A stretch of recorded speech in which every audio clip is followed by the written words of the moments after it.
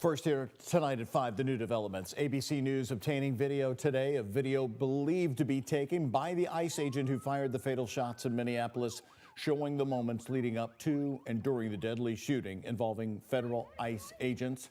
Behind the driver's seat of the maroon SUV, you will see Renee Good. And officers telling Good to get out of the car. She backs up, then forward, and shots are fired. Well, the Department of Homeland Security says the ICE agent who fired the shots was hit by the car. Good, of course, was killed, as you know.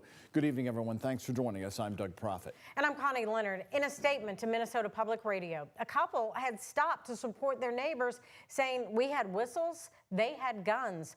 The shooting has sparked major protests across the country, including right here in Louisville. We brought you live coverage of that last night at 5, 6, and 11.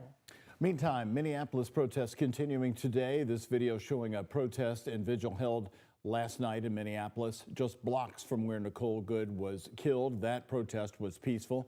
You can also see protests ranging from coast to coast, including Washington, D.C. and San Diego, California. While protesters in Minneapolis continue to face off with federal agents, I will now invite us to take a minute of silence to honor the life of Renee Good. A moment of silence and a declared day of unity, days after 37-year-old Renee Nicole Good, a U.S. citizen, was shot and killed by an ICE agent while in the driver's seat of her car. Students, parents, and educators also reeling from a clash between ICE agents and community members outside of Roosevelt High School. I was hit with a rubber bullet just by standing there on the Minneapolis Public Schools property as a bystander. Some calling on ICE to stay away from school grounds. As we saw on Wednesday, they do the exact opposite of making schools safe. The Minneapolis mayor continuing to urge ICE to get out of his city and the state, and renewing his call for local involvement in the deadly shooting investigation. Include local experts in the process. We got nothing to hide from here. All we want in Minneapolis is justice and the truth. The precedent here is very simple. You have a federal law enforcement official engaging in federal law enforcement action. That's a federal issue. That guy is protected by absolute immunity. Now, this all comes after we have now learned the identities of the husband and wife shot and injured by a Border Patrol customs agent in Portland, Oregon last night. It happened when agents tried to stop a car driven by David Nico Moncada, and Homeland Security Assistant Secretary Tricia McLaughlin says he tried to run the agents over, prompting one to open fire. Moncada's wife, Yorlenis, was the passenger in the seat. Now, both were taken to the hospital with gunshot injuries. They did survive the shooting. Portland's mayor challenging the Homeland Security version of what happened. Right now, Louisville Metro Police investigating a homicide in the Park Duval area of Louisville. We learned just before noon today that a man had been shot several times near 31st Street and Young Avenue. And LMPD's Dwight Mitchell said despite life-saving measures, he died there in the neighborhood. His death marks the first homicide of the new year in Louisville. Officials are now asking for your help. You know, it's in the middle of the day here. Somebody saw something, may have heard something else, or saw something. The smallest tip can be the tip to the whole iceberg that leads to the arrest and the prosecution of the person or persons involved in this. And again, if you live in that area and you might have some security footage or you heard something, LMPD really wants to hear from you. That number is 574-LMPD. Also here tonight at 5, we learned today about an arrest made right inside the Hall of Justice. Jefferson County Courthouse is now turned into a federal investigation. Deputies arrested a man named Hunter Burns while he appeared in court Thursday on an unrelated case. Now, during the routine processing, investigators say Burns pulled out a large amount of cash, triggering suspicion. Deputies later determined that he had about $300 in real money and more than $9,000, they say, in counterfeit bills. Police saying today that the fake money lacked standard security features, including microprinting and fibers.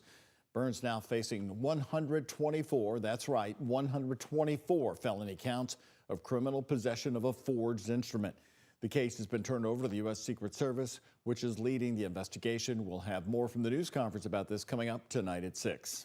Right now, very important heads up for drivers. If you regularly take the Kennedy Bridge, you might need to find a detour.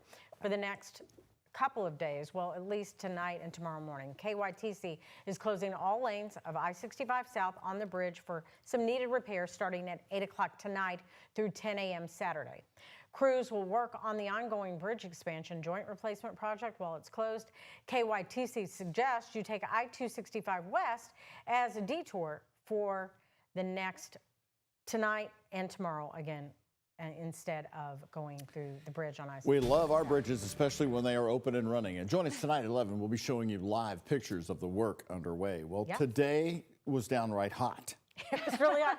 I have to admit, listen, on the way here, I turned the air conditioning on in the car. That's how hot I was. The windows may be open. Hey, we were saving on the heat, but a lot of buildings that are preset with the heat, they're just out of control hot, Mallory. Yeah, I think we can relate to that, can't we? It was a new daily record high today. We made it up to 69 degrees in Louisville at the Muhammad Ali International Airport. Almost made it to 70 there. The previous daily record for January 9th, 67, most recently set in 1949. Now, temperatures have cooled off since then because we did have a boundary that pushed through Kentuckiana, stalling down to our south. So we've had slightly, quote, cooler air rolling in from the north, but these temperatures still well above our average in the lower 40s for this time of year. 56 currently in Louisville, 60 down in Bardstown, 61 in Munfordville. We do have more 40s currently in southern Indiana. We've been enjoying some lighter wind speeds also this afternoon. We did have some wind gusts up to about 40 miles per hour early this morning. I did see up in Seymour near 50 miles per hour with those gusty showers that rolled through just in time for that morning commute. But we've been dry ever since. We even saw some periods of sunshine in Louisville, but those clouds are beginning to increase again, and that should be the case this evening and tonight. Overnight lows will be dipping down just into the upper 40s. We do have some light rain chances as we carry on into our Saturday. That's before winter makes a comeback by Sunday. We'll talk much more about our temperature drop coming up in our 7-day forecast.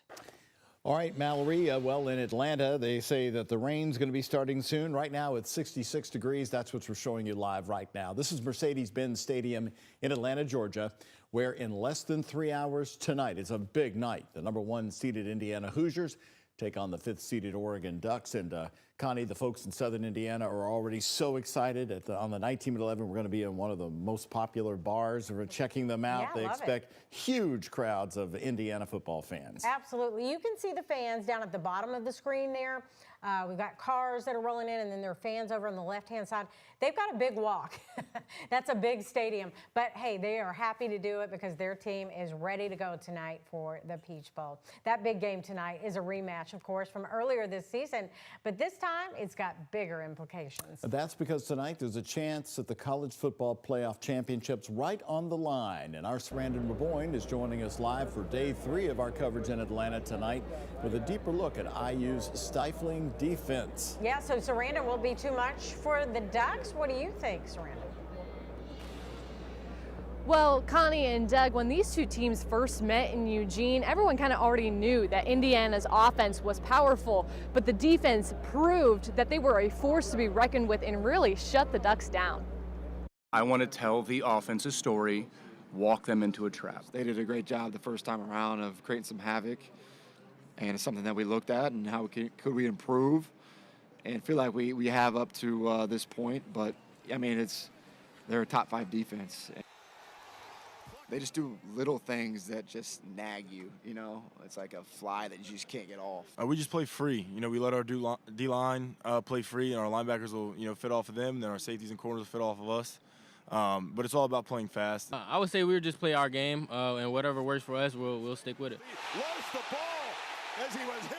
I feel like we evolved tremendously, especially from a scheme standpoint. I would say personnel, we are the same. Just having that confidence that, you can get the job done by doing a bunch of different ways. It's like having the weaponry to do it, and you kind of just pick your different weapon for that down.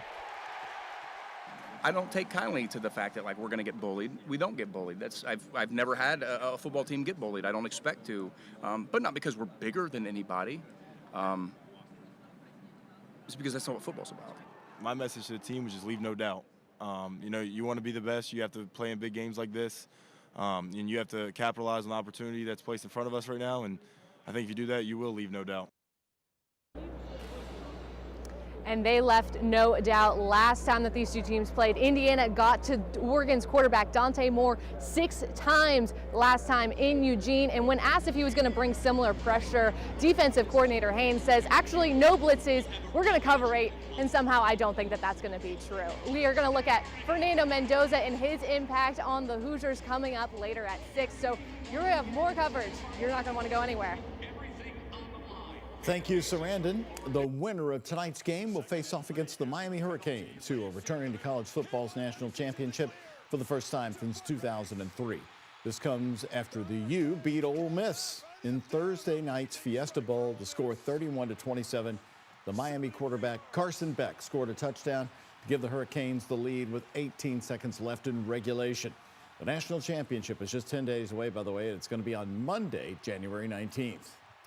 But before that, and as a reminder, Sarandon will have much more coverage tonight before and after the big game. The best way to follow along with her coverage is downloading the WHAS11 Plus app. It is free to download on your smart TV.